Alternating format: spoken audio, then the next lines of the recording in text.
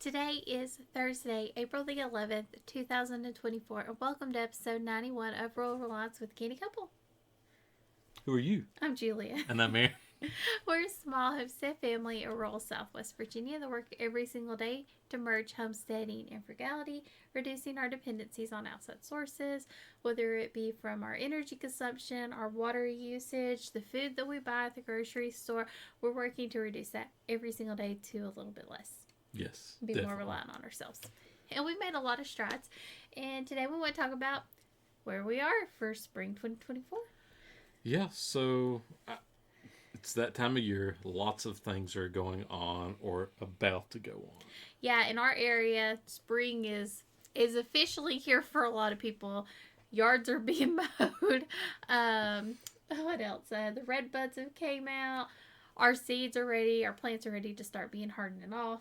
Right. So all these things are starting to move forward. We're in a phase where it gets really warm, then it gets really cold again. Yeah, so that hurts some of the blooms, like we've talked about from the apricots and stuff like that. But, there's still going to be things. There's still going to be fruit. There's still going to be berries. Our apple trees look pretty heavily populated this year, actually. Yeah. Pretty heavy crop coming from there. So that's really good because the little one does like my canned apples. Right. She likes my canned apples a lot. So I'll be putting, my goal is to double up on that. But it's not what we're talking about. We're not talking about fall goals. We're talking about spring goals. So where are we right now? I guess that's where we need to start. So I've been busy. Very busy. Yeah, I've been very busy. Been working a lot on just really getting us back to where we wanted to be and also making improvements we knew we needed to make. Or fixing things that didn't get fixed last year. Yes. So that's kind of been my priority, my focus. Like maybe 8 hours, 6 hours a week. No, about 2 hours a day. Yeah, I would say whenever that's right. I can get out, whenever it's pretty, it's not really waterlogged, and I can just get out there and do a lot of work. So about 40% of our garden is in the ground. This is, you think less? I was looking over that, and I was like, 40%, that might be a little too much. If you count our peppers and tomatoes. That's over 40%. You think so? I think so. As much squash as we grow? Yeah, but that's just thrown in the ground and let it do its thing. Well, yes, but that's a large part of our garden. It is a large part of our garden, but we have the potato area, all the other beds. Yeah, that's true. We have a lot. He's looking at the one garden. He's not looking at all the beds. I was looking at everything, but I know if you've seen some of our videos in the past, you see how much squash we actually grow. Yes. So we're hoping to grow just as many carrots and beets this year. If I can't get carrots to come through this year, I think this is my last year trying. We're going to move on to beets. We can get beets here pretty well for us. And we like beets. They're one of our favorites. So beets and lettuce will be in those beds next year if we can't get it to go. But we've got taters in the ground. Huge area. We did, 100 pounds? 100 pounds of potatoes. That is ready as soon as the grass gets high enough. We'll be doing grass mulch on it. Your dad's excited about that. Yes, he's saying we've got to let the yard grow a lot so we have enough grass. I'm like, okay. To break up and get out. So he was even joking down there when I was with one of the people who was talking to the other day. He said, "I know she let this grow up over here. Do you have any, something I can rake up and get some grass on?" Are you sure he's like, joking? I don't know if he's joking or not. So we have our potatoes in the ground. We've got our beets, our carrots, and lettuce in the ground. So we do cold weather lettuce. I planted a whole bunch. I planted kale. I planted tatsoi. I planted the purple... dinosaur kale. I did dinosaur kale with the purple, that purpley, that French. It's a French one. I can't say it. I did, I think, a butter crunch. I did some variety of all of it. I did Landis, whatever, lettuce. I'm not the lettuce eater, and I'm not the lettuce picker outer. This is all Aaron. Yeah. So all I do is I separate it cold to warm. And that's where it goes. If it's warm, it goes in the warm one. And I put that out when it's time. When it's cold, it goes in the cold one. We've had a lot of success doing it this way. We have. I will say the winter Landis, though, this will be the first time we've tried it in the spring. Yes. It's always been one that we would plant in the late fall to sort of overwinter. We had a whole Some. bunch, though. I've had several. We've gotten a lot of free. So I thought I would throw a couple out there just to see what they did and try to get that lettuce production up for Aaron because he's excited. He'll be having salads for lunch while I have something else. Our plants, our peppers, our broccoli, our tomatoes, they're all doing really well. Now, does that mean they're perfect? Absolutely not. I don't do a lot of work to my seed starts. I kind of just make sure they have enough water, they're getting enough light. I let them do their thing. I don't really like to fertilize, don't like to mess with them a lot or do anything. I sort of just let the plant do what it's supposed to do.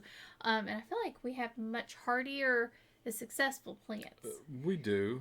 When I mess with them a lot, I felt like they needed babying throughout the year. I don't want to baby these. I want to put them in the ground and let them grow. Yeah, yes. And like, for example, the peppers and the tomatoes this year, we're going to be trying the bucket method in those. And it'll give us some extra room around the edge of our garden, which we weren't utilizing to our fullest extent. No, and instead it was actually becoming a jungle. It was becoming a massive jungle for us that I was not able to maintain. We couldn't get through or around it, so we're actually going to be laying down some black plastic. I know it's not ideal, but for us, it's what we've got.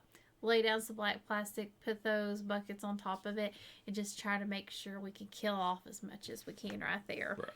In this 1.5 foot area, maybe 1.5 feet. Celery, we know we have it. We got to get it ordered and get it ready to go because we need a lot of celery. We do. We haven't had any success seed starting celery, so we're going to try to buy some plants to go that way this time to see if, we couldn't get them to a good enough size, like seed starting size before that they would do anything. Right. So we're going to try it this way, see how this works. We tried a few other varieties. We would eat enough celery if we could grow it that it really does make sense for us to buy the plants. It would. It's something we'll like to get figured out in the long run ourselves, but at the moment, till we can concentrate on this one a little more, not a busy year, this is the route we're going. Yeah, probably for the next couple. Our sweet potato slips are ordered. We're waiting on those. Those beds are ready. We will need to re-prep them again to make sure they're fertilized and everything they need.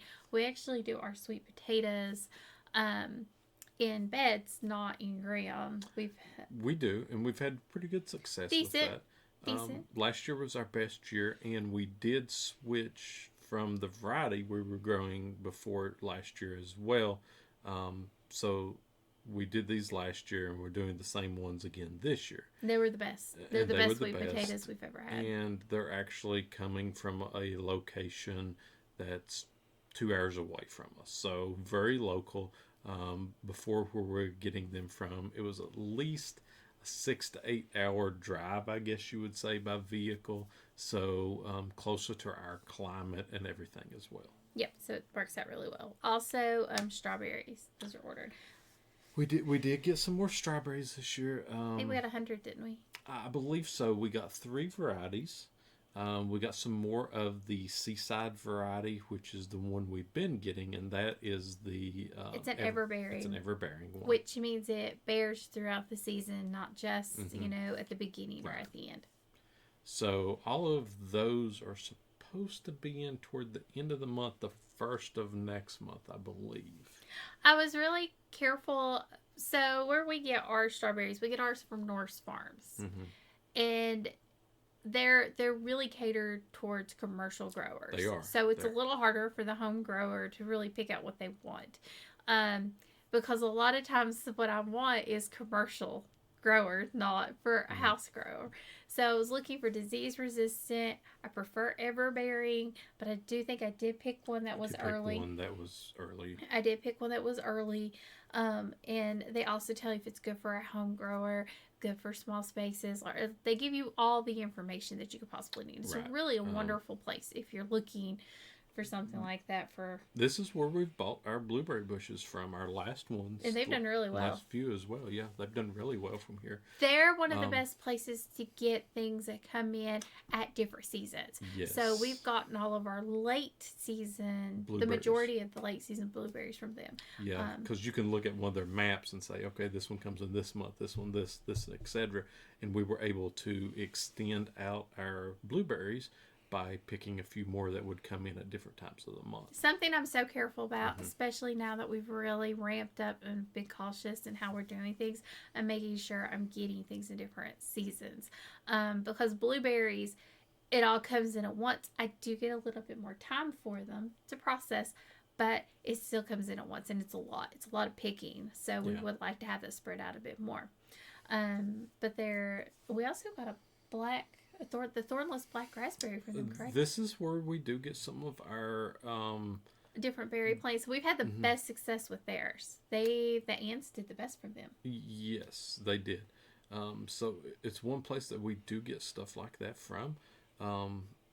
So far, so good. I mean, we've went back to them a lot of years, and a lot of it's because of their prices as well, because they are more reasonable, because they cater to the commercial grower, so they're able to cut their cost and give it to you a little bit cheaper. Yep. So we're really excited about that. I'm really excited about a thornless black raspberry. That makes me super happy. Yes, after you pick a few of the thorned black raspberries, you're like, gosh, I wish. Well, this year's going to be a lot easier. It was. She worked on this area and to fix what's it up. Next. So I've got all the berry vines that were already established or have been established. The ones that we have been getting production from, those are all tamed. Now we have a new area we put in last year that needs to be worked on. I ran out of fencing for it, so that's coming. We're getting the fencing up for it. We've decided the fencing works best for us. Yes. It does. The fencing works best. We've done the wire trellises. You can tame it, but the fencing is so much easier. It makes it easier. And with our little, what you call it, the tape thing. The tire, the manual tire. The manual tire or whatever. It can make it so much easier doing it that way as well. I will say this, if you're doing fencing, lift it off the ground by about 4 to 5 inches. You're going to want that, because then you can get your little weed eater in between that, and it just cuts right up, and you're not hitting the actual fencing. You can get behind it. Works really well. And you can also pull your plant, because it will grow underneath the fence. But all the berry vines are tamed, and I mean, she did a lot of work on these. I do have the back ones I've got to get the dead canes out of. But that wasn't a this year project. That was more of I just need to get these contained right now, because our blackberry in the back is a tree. Yes. It is. It's literally like this thick around, and it has grown up, and it's got vines hanging. It's a tree. Yeah, I mean, you would think it's a weeping willow. It's over 7 feet tall. Probably 8 or 9. Right, because I have to reach all the way up, and I'm 6'2" or so, and I have to reach up, a long ways to be able to get those up top now. So I really pulled those back, pruned. I have a rule, and I can't do it around Aaron, because he loses his mind. If it's in a path, it gets cut down. I know.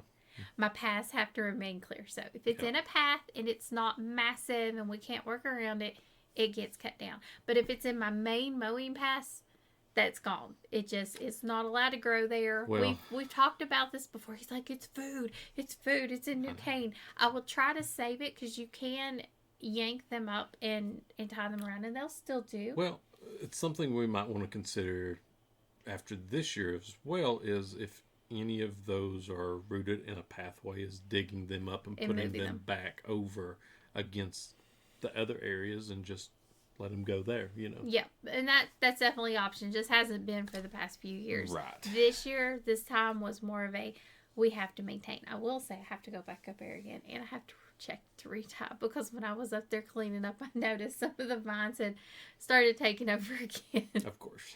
It's just one of those things. They go.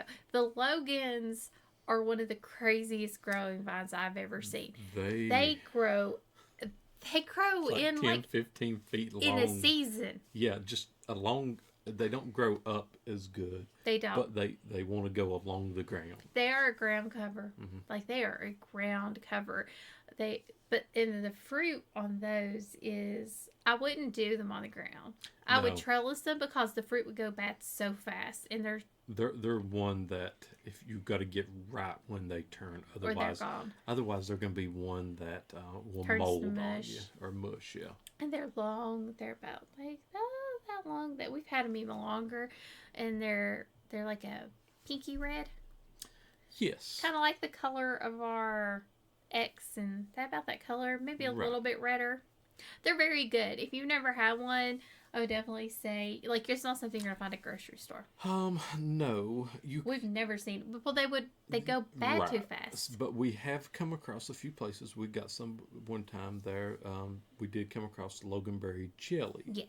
Now there are you can find some specialty jelly places that will have like Loganberry, Boysen, Marionberry, stuff like that, and they're ones that are amazing flavor, but they just won't last. So that's why you won't see them at a market.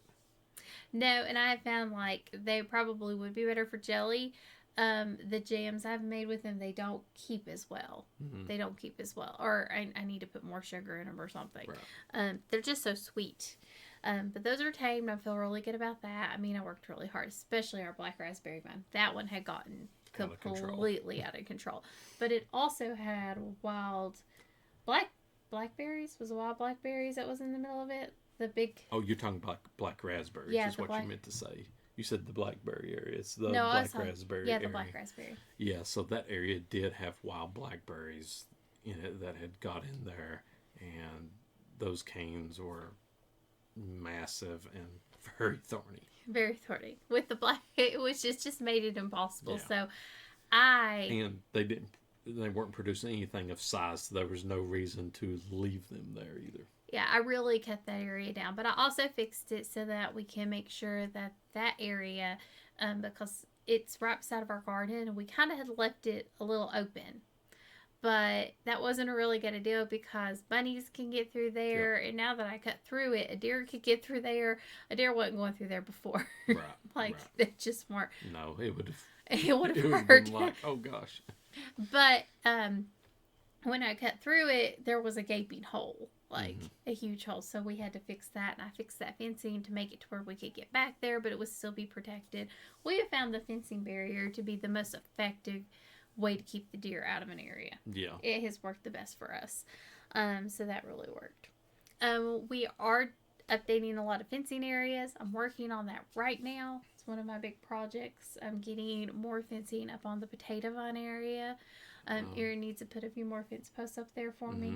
And then we got some more chicken wire in that you're going to be putting around the bottom of yes. On the outsides of our second garden area to help with the bunnies and fixing the doors and all of that, so we don't have bunny rabbits getting in there like we were.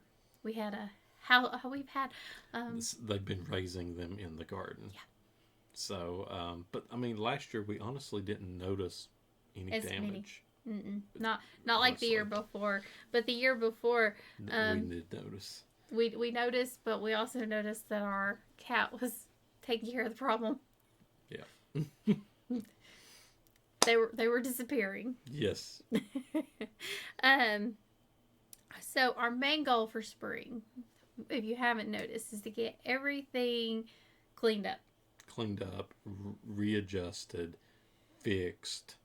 Changed how we've been talking about changing. Like as I'm working through, I had to build Aaron a door for the potato area because he needed a door. Right. And that's worked out pretty well. So I had to. I mean, there's a lot of things that we knew we needed to do. It was just we hadn't got to them. No. So she's been working through a lot of those type of things to get us ready for this spring or summer, Yep. And me doing these things during the week gives us more time to focus on other homestead projects on the weekend, like getting the potatoes dug. I need Aaron for that. I can do a lot of these small fencing jobs by myself. I might need Aaron to carry the fencing where I need it, but as long as it's not like a heavy fencing, I'm pretty good. Chicken wire is not as heavy as like 150 roll of some of the much heavier stuff I would need Aaron for. So we're able to divide and conquer. He's handling certain things. I'm able, everything's kind of getting handled, and we're making progress. Yep. So, but we're getting ready to go. So what are our other plans for this spring? We're still cleaning. I'm weed eating now. And I need to broad fork the garden. He has to broad fork the garden. This is a big thing for him. Yes. That's what I did with the small potato patch. You might have seen the video on that. But I need to go through the rest of the garden and, broad fork it up as well so it's ready. So we don't have to use a tiller. Yep. And it looks like it's a pretty, some of the tar pit came off from the winter. It does look pretty unweedy at the moment from what I'm seeing. So that's actually really good. But what we'll do is we need to dig out our disc attachment. I'm hoping to use that to kind of keep it weed free until we're ready to get through it with the wheel hoe. So do that once a week to keep it kind of clean, because I don't want to go through all this work and get it ready, because we've done that before. We've gotten it ready and then we go up and look and we have a jungle that grew in the month in a month. And then we're killing ourselves trying to get it ready, and we can't do that this year. No. So but hopefully we have enough time for me to broad fork it. I think you will. Hopefully. We've got time. We can't plant till around the end of April. Well, we're 10 days in. Right. 10 days in right now when we're filming with this one.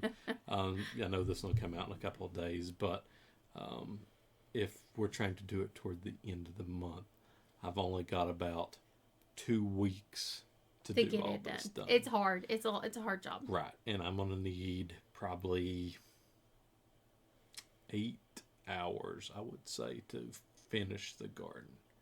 So that's 2 days. He can't do it all in one. Well, that's if it's not raining on a weekend or we got other plans. So like in the evenings, that would be probably 4 evenings worth.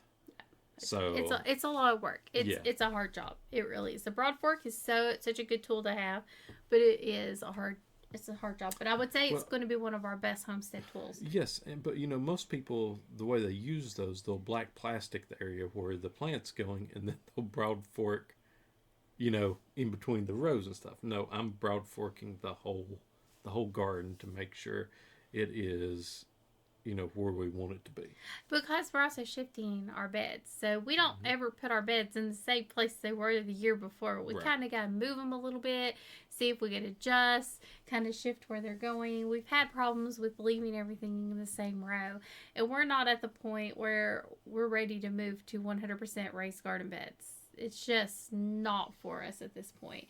It would take a lot of garden beds for our whole garden in the soil. Yeah. The soil would be insane. Poison ivy, got to be gone. I got to get rid of it. So that is a job that's coming up for me. Really needed to get warmer. Yeah. Because if I'm going to spray it, I kind of need it to be kind of hot, especially in these areas that don't get a lot of sun. Right. So she's not spraying it with chemicals. No. She's spraying it with vinegar. So, we've done the 5% vinegar that's usually used for Epsom salt. And Epsom salts. And, on a hot sunny day, works decently. But we have found some vinegars on Amazon that are like 30, 40, 50% concentrate. So we're going to be doing those to really hit the poison ivy areas. Yeah. So that, especially the ones around the house. That's our biggest concern. Now, if it really came down to it, around the house where this area is, I would almost hit it with chemicals. Now, we don't want to do that, but if we can't get rid of it, it's not a safe place. It's not safe for Aaron to be over there. He fusses, but he's had to go to the doctor because of picking up rocks. I have. It got that bad. He's gotten it in his eye before, so it's something we have to be so careful with, and we are careful because he's so sensitive to it. but it's right next to our house. I don't like having it there, so we're really hoping that the vinegar works.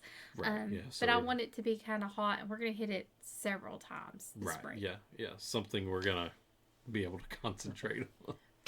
Our small garden area. So our garden is set up, and we really need to show you how this is set up because I don't really think we've ever done a full tour of what our garden looks like. So I guess that needs to be. That's something I guess we need to do. Yeah, we ain't done that. We've not done that. Whoops.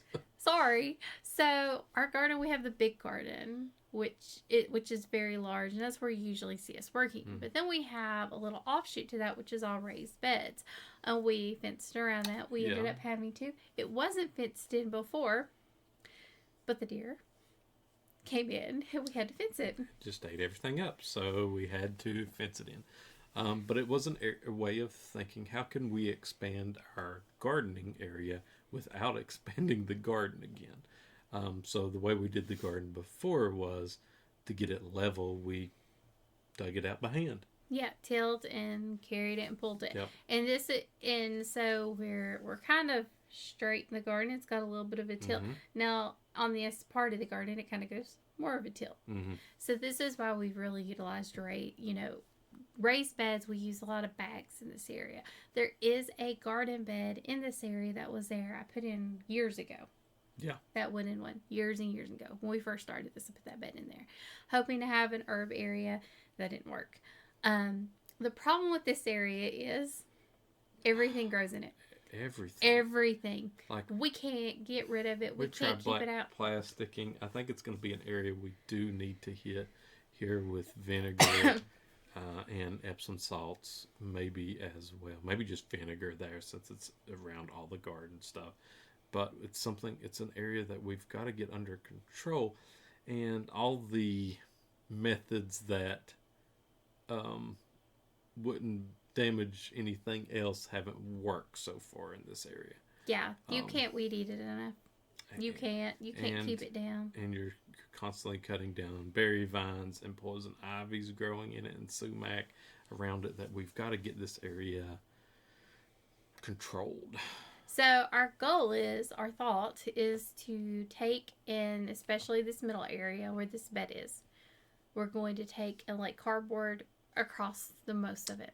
Sort of, if you've ever seen Permapasture Consultant talk about how they cardboard their areas, we're going to try that and try to stop this, And we're going to do mulch and wood chips. Yep. As much as we can. Probably like a foot. And see if we can kill it. I mean, in all reality, it's going to take tons and leaf and everything. And we're not going to plant anything there this year. We got to get it under control. We've got to get it under control. This whole area, anything we put into it gets out-competed. We've tried doing the fabric on it. We've tried everything to kind of get it controlled. We can get a little bit of growth there, but again, everything just out-competes. Right. Like you could put the black weed control fabric. Yeah, the weeds grow through it. They were growing up underneath it, so it didn't do anything. Yeah. So it's an area that we've got to put a lot of attention to. Yes, because we would love to have an in-ground sweet potato area, and this would actually be kind of perfect for it because this is kind of where all of our sweet potatoes go anyways, and really get that to utilize and have a better crop, but we've got to get this area under control. So this is a huge area. But we do have some comfrey we got to dig out. Yes, because on that section there, we didn't know where to put comfrey. We bought some to begin with, and we planted them right down the edge of that bed down through there. So I think we've got 4 or 5 comfrey plants there that we're going to have to rehome. Yep. But this is like throughout the spring project. This is not going to happen all in one day. Well, yeah, we got to have it pop up so we can see where it is. We got to find it. Milk on the grapes. So I'm super excited. I'm really hoping this works. Yes. William from Permapatch. I was about to say his dad's channel. From the Permapatch Consultant was giving us this idea to help control our black fungus. It was about putting milk on our grapevines when it's sunny, and the best milk we can get. Yes, so we're definitely going to be trying that. We're Yes. super excited. There might be a few other areas that we need to try that with. We kind of got to look. Maybe our small apple tree to see if that kind of helps with the apples, because that would be one we could actually reach to get to. The others are a little bit big. And we would be competing with the deer for those apples. Yeah. So, but I'm excited. I'm really hoping this works for us, because I would love to have a really good grape harvest, and I can make a lot of jelly and jam, and the little one would love it. Yes. She would. She's really liking the homemade stuff versus the store. She does. She's like all about the homemade. You could try to give her a piece of bread from the grocery store, she won't eat it. You give her some sourdough. She's all about that. Now we have strawberries ordered. We gotta build the place for them in the ground. Yes. So we do have the green stalk. Is that the green stalk? Right? Yeah, the green stalk. It's towers. the green stalk towers. Yes. So we've got 3 of those, or yes, 3 we've bought, but we're probably gonna make them into 4 smaller ones. We do have those to put them in, but we're also wanting a bed as well, and this is right beside the house. So hopefully we can keep it controlled, make sure that hopefully it gets enough sun there. We'll see. It should get enough sun. I'm not worried about the sun. We have to make sure it's animal proof, because this will attract the deer. So we have and the bunnies. The bunnies, yes. So we have screens that we can use. We have the wood, so we're going to build this area so it's got a little wooden area, and we're going to attach the screens to it so we can lift them up and put them down and kind of hook them in, so we don't have to worry about the rabbits or anything getting into it. The next thing is watering systems. This it's a big priority this year, is getting all of our water systems set or up. at least starting somewhere. So we know we need to get garden watering system set up. I feel like this year Aaron's finally on board with my plan. Well, he always thought it was just going to be really hard in these areas to set them up, I guess. Well, it still is going to be hard. It's going to be hard. That's why she's going to design them out of how we need to do these in these areas, so that we properly get them. And we need to make sure we've cleaned out our other rain catchment system and get it back going here in case we do need it. Yep, because it's already set up. It's got 4 barrels, easy enough to put together. And if we can water a lot of the things around the house, it's just really hard to carry it from there up to the garden. In our wood system. Yeah, so wood storage. It's not really a system. It's a storage. So this area was an old dog lot at one time, and it's the right length, height, everything for a wood storage system that we're going to convert that into, and hopefully be able to keep the wood dry there and have another area stored for wood for the winter. And also use it for water catchment, because it's not so far away from our garden that we can't carry it over. Yeah, so another place to get water from. Yep, that's the goal here, is to really utilize any roofing systems that we have. In this area, it's just always hard to put a roof on it, and it's not a place where we can. Aaron put it in the ground so good we can't get it out. Yes. It's in the ground so good it's not going anywhere. It's never going to move. So we got to find a use for it. So the roof was the hardest part for me before, because I took an easy approach. Didn't have her. So, hey, let's take some 2x4s, put them through here, tie some tin on top of it, done. Yeah, that didn't work. It did. It just wasn't. It had a lot of issues. Well, when the wood dry rots or disintegrates underneath it from all the rain that hits it, there is some sort of issue with it.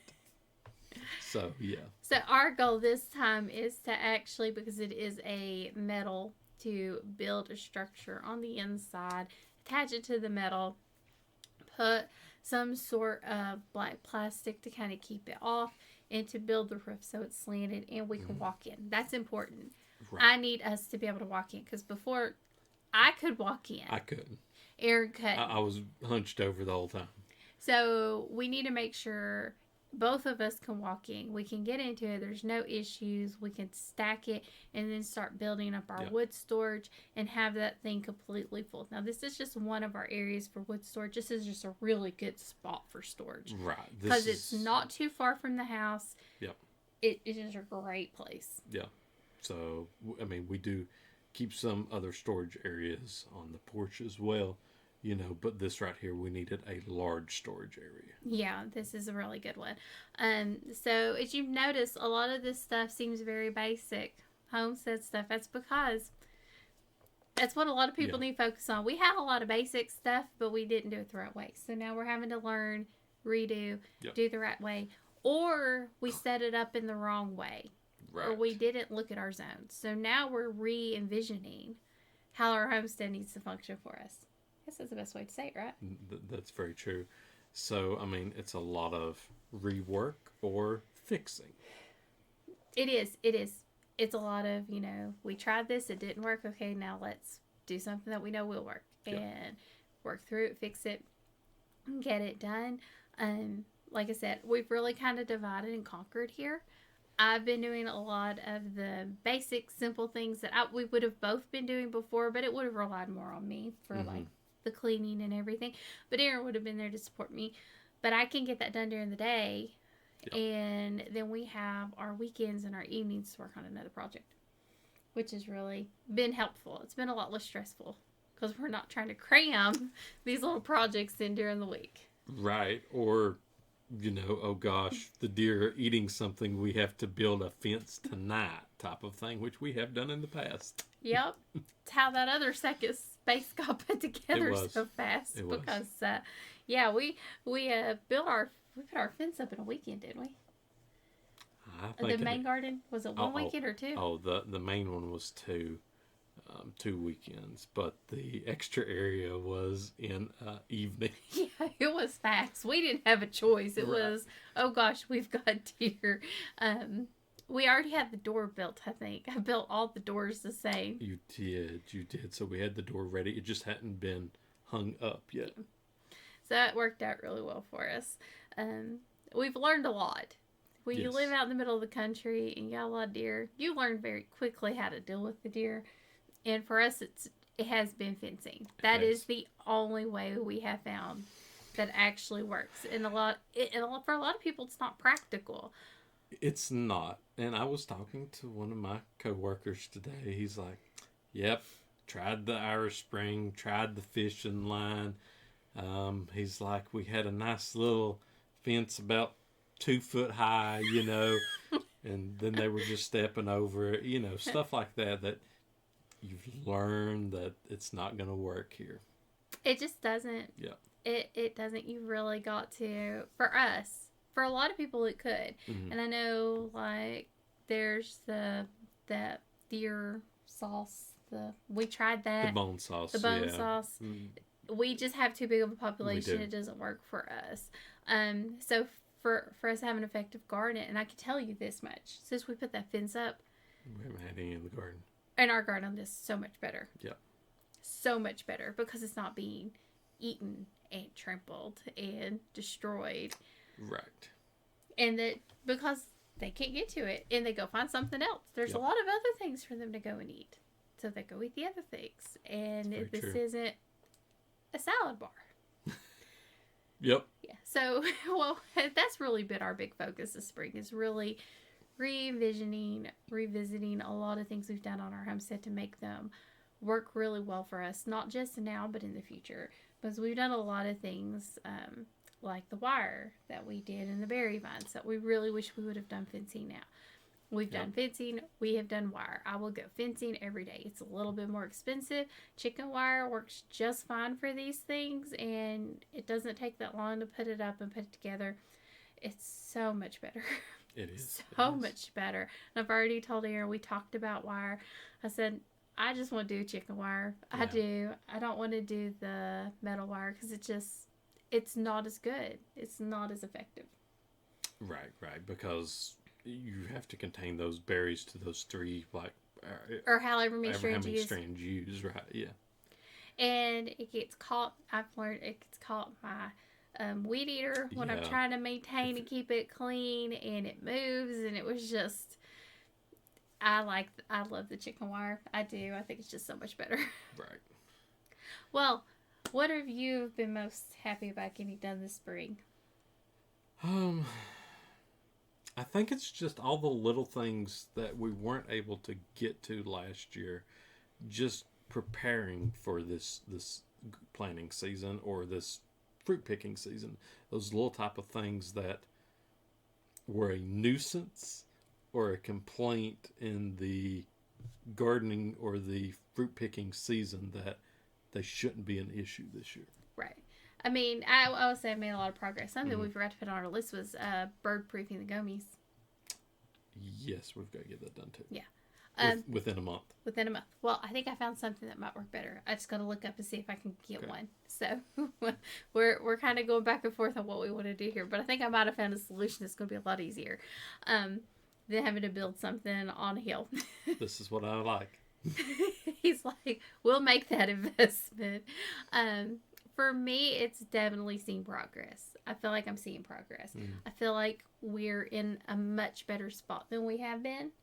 Yes. And we're moving in the right direction. Because normally at this point in the time, we're scrambling a bit. We usually are. I do feel like I'm going to have to scramble to finish the broad forking it, though. He probably will. This is where I rely on him heavy, but it's something that has to wait as long as possible. Yeah.